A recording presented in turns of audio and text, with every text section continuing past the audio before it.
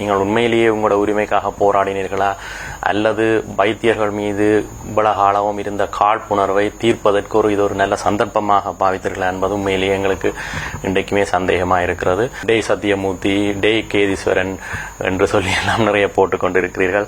இத்தனையோ காலமாக இவ்வளவு சிரமங்களின் மத்தியில் உங்களுக்கு செய்த சேவைகளை நீங்க ஒரு நிமிஷத்துல தூக்கி எறிஞ்சிட்டீங்க. 5 வயசுக்குட்பட்ட பிள்ளைகளாக எவ்வளவு அன்பாக எவ்வளவு ஆதரவாக ஒவ்வொரு பிள்ளையுமே நாங்க எல்லாரும் எங்கட பிள்ளைகள் மாதிரி பார்த்திருக்கிறோம். இதுல களவெடுத்துட்டான் 200 மில்லியன் தூக்கி புகட்டுக்க போட்டான்னு சொல்லி சொன்ன ஒரு பொய்யான தகவலை நீங்கள் ஆராயாம எடுத்த முடிவுல தான் இவ்வளவு பிரச்சனையும் உண்மையா துவங்கினது. வேற்றுமொழி பேசுகிற வைத்தியர்களுக்கு சலுகை கொடுத்து அவர்களை கவர்வதற்காகத்தான் இந்த நடைமுறை பல வருடங்களாக சில பணம் பரிமாற்றங்கள் பணம் கேட்பது நடைபெற்றிருக்கின்றது. வீடியோவை கொண்டு பல்வேறு இடங்களுக்கும் சென்றார்கள்.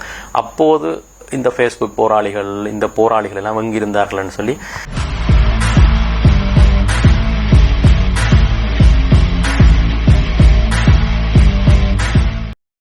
அனைவருக்கும் வணக்கம். நான் டாக்டர் செந்தூரன். அப்போ இன்றைக்கு அண்மையில் நடந்து கொண்டிருக்கிற சில விடயங்கள் சம்பந்தமாக நான் எனது கருத்துக்களை உங்களுக்கு கலந்துரையாடலாம் யோசிக்கிறேன். அப்போ உண்மையிலேயே அன்பான பொதுமக்களுக்கு எங்களுடைய பாராட்டுக்கள். உண்மையிலே நீங்கள் உங்களுடைய உரிமைக்காகவும் உங்களுடைய தேவைக்காகவும் போராடி இருக்கிறீர்கள். அது கட்டாயம் நீங்கள் செய்ய வேண்டிய விடயம்.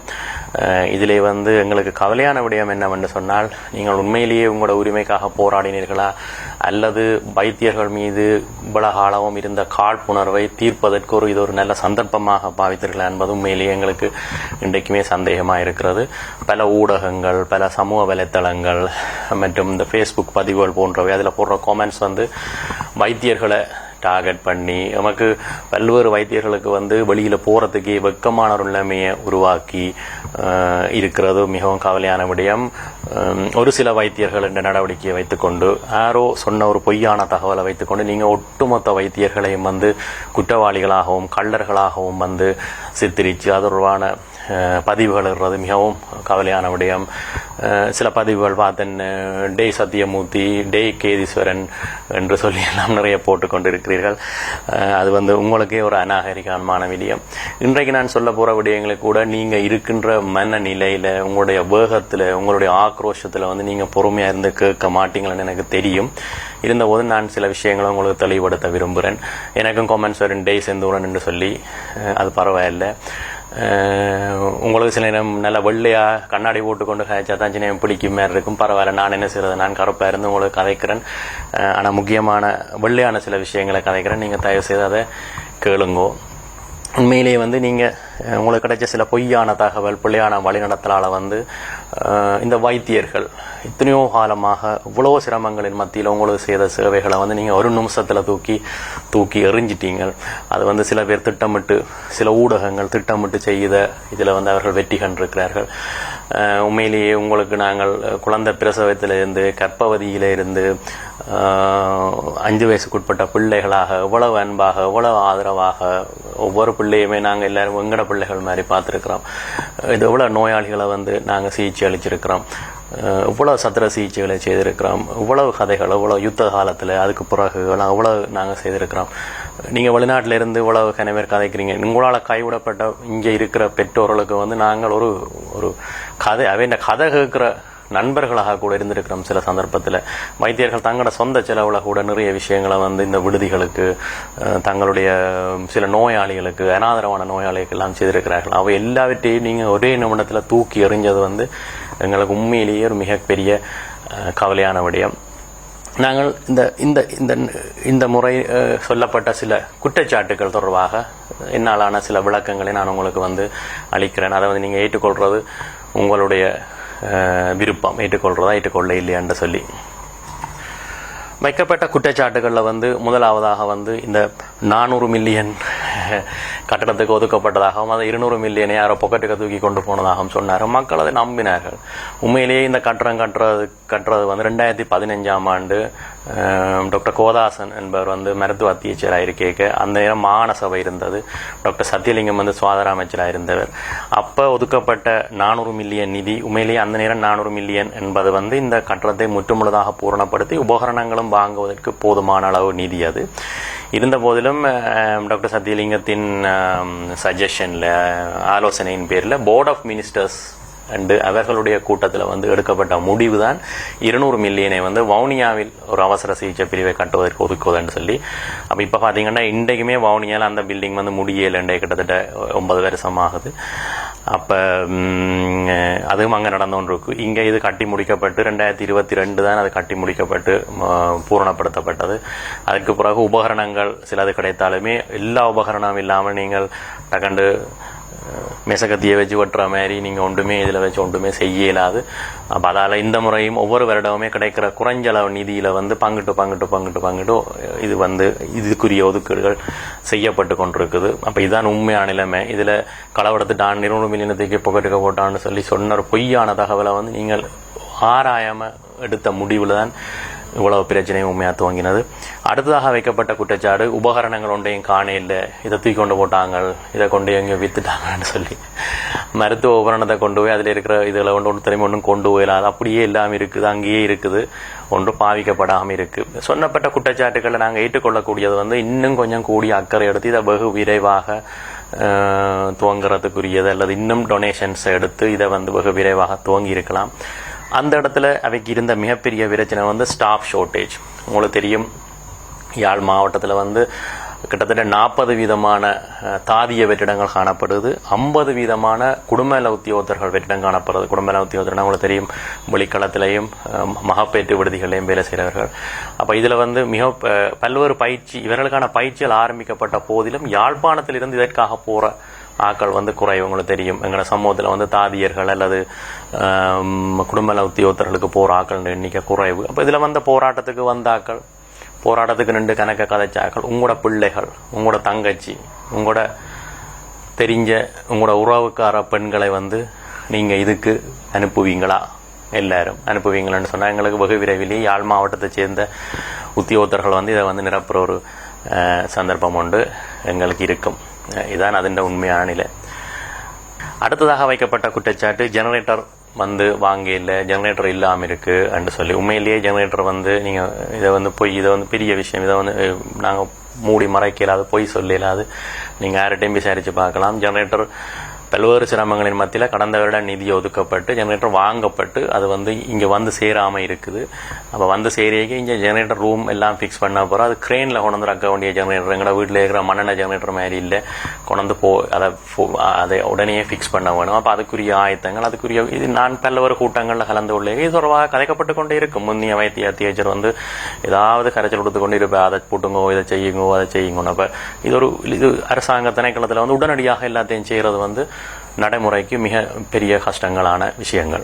அடுத்ததாக வைக்கப்பட்ட குற்றச்சாட்டு வந்து வைத்தியர்களுடைய கடமை தொடர்பாக. உண்மையிலேயே அதை நாங்கள் ஏற்றுக்கொள்ள வேணும். வைத்தியர்களுடைய கடமையிலே பல்வேறு குறைபாடுகள் காணப்பட்டு கொண்டிருக்கிறது. இந்த 10 நாள் அன்அஃபிஷியலாக லீவ் எடுக்கிறது, 20 நாள் வேலை செய்கிறது, 10 நாள் அன்அஃபிஷியலாக வேலை செய்வது என்பது இலங்கை முழுவதும் உள்ள ஒரு நடைமுறை. அது பிழையான ஒரு நடைமுறை. பெரும்பாலும் வடபகுதி வைத்தியசாலைகளிலே தென்பகுதியில் இருந்து வருகின்ற வேற்றுமொழி பேசுகிற வைத்தியர்களுக்கு சலுகை கொடுத்து அவர்களை கவர்வதற்காகத்தான் இந்த நடைமுறை வந்து பல வருடங்களாக, மேபி சில வருடங்களாக வந்து நடைமுறையில் இருக்கிறது. பிழையான நடைமுறை.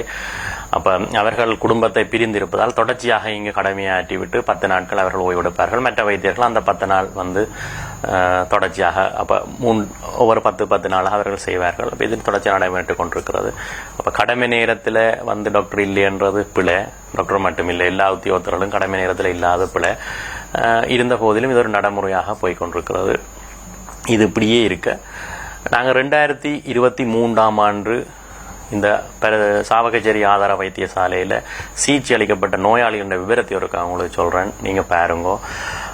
எமர்ஜென்சி யூனிட்டில் அவசர சிகிச்சை பிரிவில் வந்து 2023ஆம் ஆண்டு 3310 பேருக்கு சிகிச்சை அளிக்கப்பட்டுள்ளது. பீடியாட்ரிக் வார்டு குழந்தை பிள்ளை வார்டில் வந்து 1556 பேருக்கு சிகிச்சை அளிக்கப்பட்டுள்ளது. மெடிக்கல் வார்டில் வந்து மருத்துவ விடுதியில் வந்து பொது மருத்துவம் 6157 பேருக்கு வந்து தங்கி சிகிச்சை அளிக்கப்பட்டுள்ளது. சர்ஜரி வார்டில், அதாவது சத்திர சிகிச்சை பிரிவிலே சத்திர சிகிச்சை செய்யப்பட்டுள்ளது. 6149 பேருக்கு வந்து சத்திர சிகிச்சை விடுதியிலே சிகிச்சை அளிக்கப்பட்டுள்ளது. ஜினனாப்ஸ்ன்னு சொல்கிறோம், அதாவது வந்து மகப்பேற்று விடுதியில் வந்து மகப்பேறு 25 பேருக்கு மேலே நடைபெற்றிருக்கு. ஆனால் தங்கி சிகிச்சை பெற்றிருக்கணும் 869 பேர் சிகிச்சை பெற்றிருக்கணும். இது தவிர டயாலிசிஸ் யூனிட், அதாவது வந்து சிறுநீர் சுத்திகரிக்கும் இயந்திரங்கள் பொருத்தப்பட்ட தொகுதி பாவிக்கப்பட இல்லை, நான் வந்து இயக்கினான்னு சொல்லினேன். 2023 வந்து 2063 பேருக்கு வந்து டயாலிசிஸ் செய்யப்பட்டிருக்கு. அதாவது குருதியை சுத்திகரிக்கிற பிளட் யூரியா கூட குருதியை குத்திசரிக்கிற செயற்பாடு வந்திருக்கு. அப்ப இப்ப கேள்வி வந்து இதெல்லாம் யார் செய்தது? ஏலியன்ஸ் செய்திச்சு, நம்ம செவ்வாய்கிரகத்துல இருந்து செய்திச்சு, அது ஆவி செய்திச்சு, ஆவியல் செய்திச்சு, டாக்டர் ஒருத்தரும் விடுதியில இல்ல வேலை செய்யலாம். அப்ப இது எல்லாத்தையும் நீங்க நம்ப முதல் யோசிக்கணும். அங்க போய் சிகிச்சை பெற்றவர்கள் உங்களோட குழந்தைகளுக்கு சிகிச்சை அளிச்சிருங்கள், எத்தனையோ உயிரை காப்பாத்தின மக்கள் வந்து நீங்க அதை வந்து நீங்க யோசிச்சிருக்கணும் சில முடிவுகள் எடுக்க முதல். அடுத்ததாக இந்த பிணம் சம்பந்தமான குற்றச்சாட்டு உண்மையிலேயே இந்த மரண விசாரணை அல்லது உடற்கூட்டு பரிசோதனை செய்யப்பட்டு அல்லது செய்யப்படாமல் இறந்தமைக்கான காரணம் கூறி உடல்களை விடுவிப்பது வந்து சட்ட வைத்திய அதிகாரியினுடைய கடமை. அப்ப அந்த இடத்துல சாவச்சேரி போன்ற இடங்கள்ல வந்து கன்சல்டன்ட் சட்ட வைத்திய அதிகாரி இல்லாட்டியுமே மருத்துவ அதிகாரி ஒரு ஆள் வந்து அதை வந்து சுரிய விசாரணையின் பின் விடுவிப்பது வழமை. அந்த இடத்திலே நான் அறிந்த வகையிலும் கூட சில பணம் பரிமாற்றங்கள் பணம் கேட்பது வந்து நடைபெற்றிருக்கின்றது. அப்ப இது இன்று நேற்றில் 2015ஆம் ஆண்டு அப்போது இருந்த வைத்திய அத்தியட்சகர்னால் பணம் கோரப்பட்டு பணம் வாங்கும் போது எடுக்கப்பட்ட வீடியோ வந்து அந்த காலத்துல வந்து நிறைய சர்க்குலேட் பண்ணி கொண்டிருந்தது.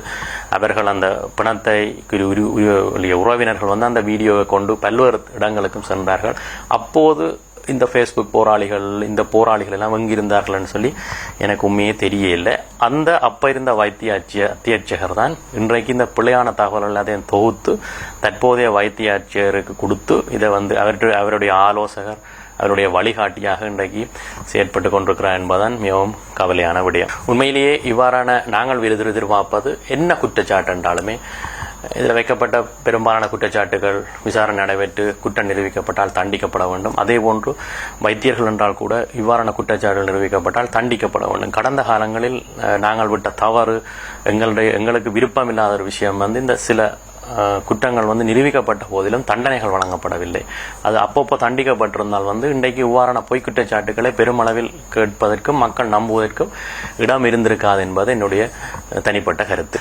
அடுத்ததாக இன்னொரு விடயத்தை நான் குறிப்பிட விரும்புகின்றேன். இந்த சிறியொரு பொய் சொன்னவுடனும் இவ்வளவு மக்கள் வந்து ஒன்றாக திரண்டு வைத்தியர்களுக்கு எதிராக போராடியதற்கு உண்மையிலேயே ஒரு காரணம் இருக்கின்றது.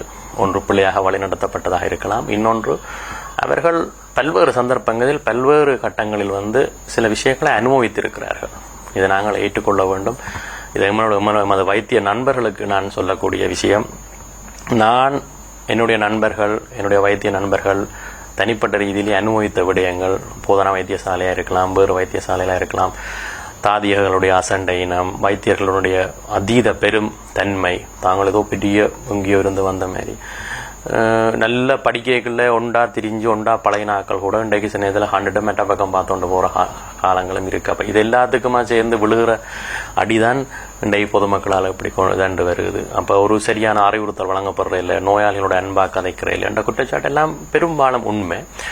அப்ப அதுகள் எல்லாத்தாலையும் பாதிக்கப்பட்டு கொண்டிருந்த மக்கள் ஒரு சந்தர்ப்பம் கிடைக்கல இதை வந்து எதிர்க்கிறோம். அதான் இதுல நாங்கள் உணர்ந்து கொள்ள வேண்டிய விஷயம் வந்து அப்ப இனியாவது திருந்தோணும். நன்னிக்கையில திருந்துறதுக்கான சந்தர்ப்பங்கள் சரியான குறைவா இருக்கும். அப்ப இதுல போய் நாங்கள் அட்மினிஸ்ட்ரேட்டரை குறை சொல்றதை விட நாங்கள் திருந்துறது வந்து ஒரு மிகவும் முக்கியமான ஒரு விடயமாக இங்கே கருதப்படுகிறது. அடுத்ததாக இந்த பாடசாலைக்கு போதைப் பொருள் விநியோகமோ போதை விநியோகம் என்று சொல்லப்பட்ட ஒரு சும்மா சொல்லிட்டு போன ஒரு விஷயத்தை அதை எடுத்து அதுக்கு படம் கிரியேட் பண்ணி அதுக்கு வீடியோ கிரியேட் பண்ணி அதை வந்து ஒரு பெரிய குற்றச்சாட்டா எல்லாருமே கழிச்சு கொண்டிருக்கிறேன். உண்மையிலேயே அது என்னென்று எங்களுக்கு ஒருத்தருக்குமே விளங்க இல்லை. எங்களுக்கு வந்து யாழ் மாவட்டத்தில் 14 சுகாதார வைத்திய அதிகாரிகள் பிரிவுகள் இருக்குது. அதுக்கு கீழே பொது சுகாதார பரிசோதகர்கள் இருக்கிறார்கள். அப்போ உண்மையிலேயே இதில் ஒரு பகுதிக்கு ஒரு விஷயத்த சொல்லலாம்.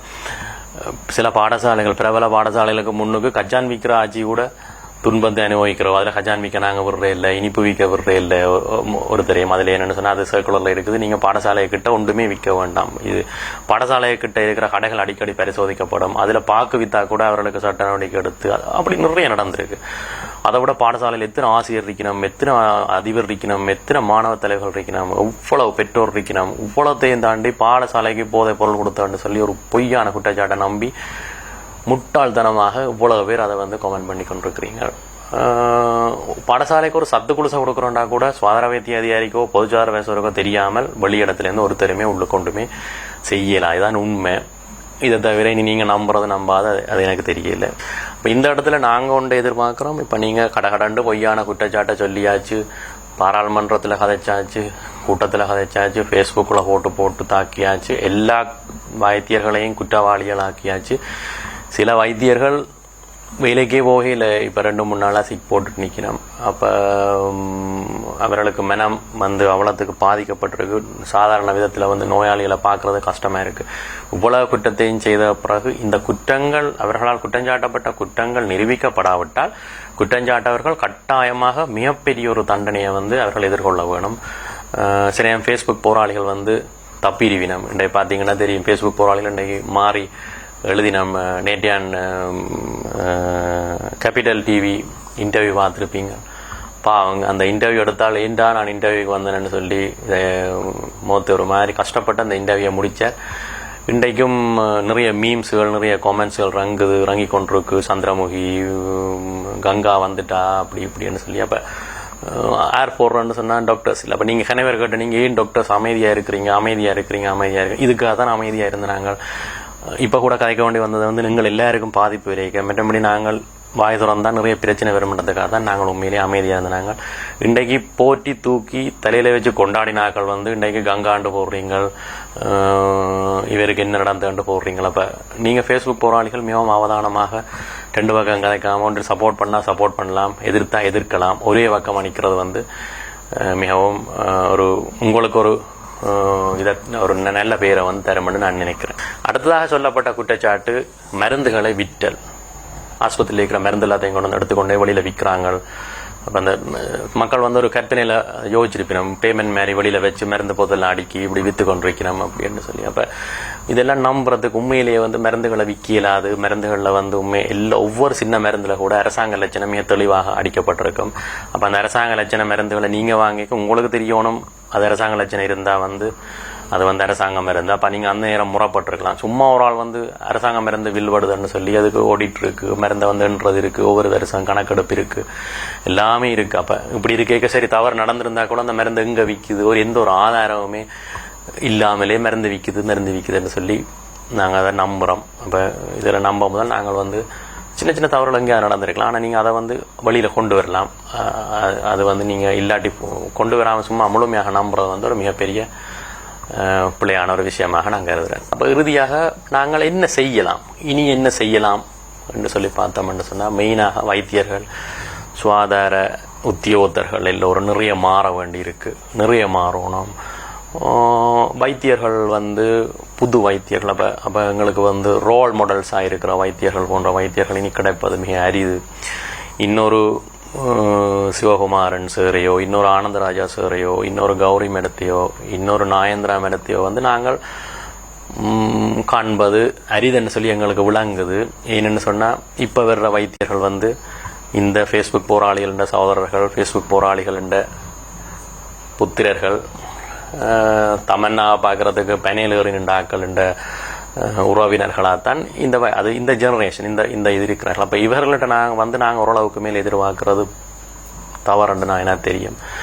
ஆனால் ஐடியலான அர்ப்பணிப்புள்ள வைத்தியர்கள் வந்து இன்னும் உருவாகணும்னு சொல்லி நாங்கள் எதிர்பார்க்கிறோம். டாக்டர்ஸ் மட்டும் இல்லை, பொதுமக்கள் எதிர்பார்க்கிறோம்.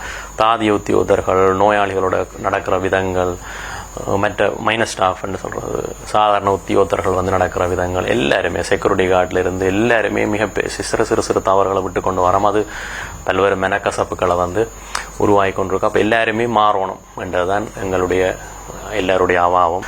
மற்றது வந்து ஊடகங்கள் வந்து நாங்கள் எதிர்பார்க்குறோம் கொஞ்சம் பொறுப்பு தன்மையோட இந்த சமூகத்துக்கு நன்மை பயக்கிற மாதிரி வந்து மாறணும்னு சொல்லி எதிர்பார்க்குறோம். மெயினாக வந்து இந்த சில பேர் இப்போ ஊடகங்கள்னு சொல்லி நிறைய பேர் இருக்கணும், ஃப்ரீலான்சர்ஸ் இருக்கணும். அவர்கள் சில பேர் நார்மலாகவே சில பிள்ளையான செய்திகளை கொடுத்து கொண்டிருப்பார்கள். அவர்களை பற்றி நாங்கள் உண்மையில கவலைப்படலை. கவலைப்பட்ட ஆக்கள் கொஞ்சம் பேர் இருக்கணும். பிரதானமாக வந்து இந்த தினக்குரல் பத்திரிகை வைத்தியர்கள், நீங்கள் வைத்தியர்கள் பற்றி என்ன பிள்ளையா எழுத விரும்பினாலும் நீங்கள் டக்குன்னு தினக்குரலை கொடுத்தீங்கன்னா முன் பக்கத்தில் வரும். அது என்ன பின்னணின்னு சொல்லி நாங்கள் அடுத்த வீடியோவில் பார்ப்போம். மற்றது வந்து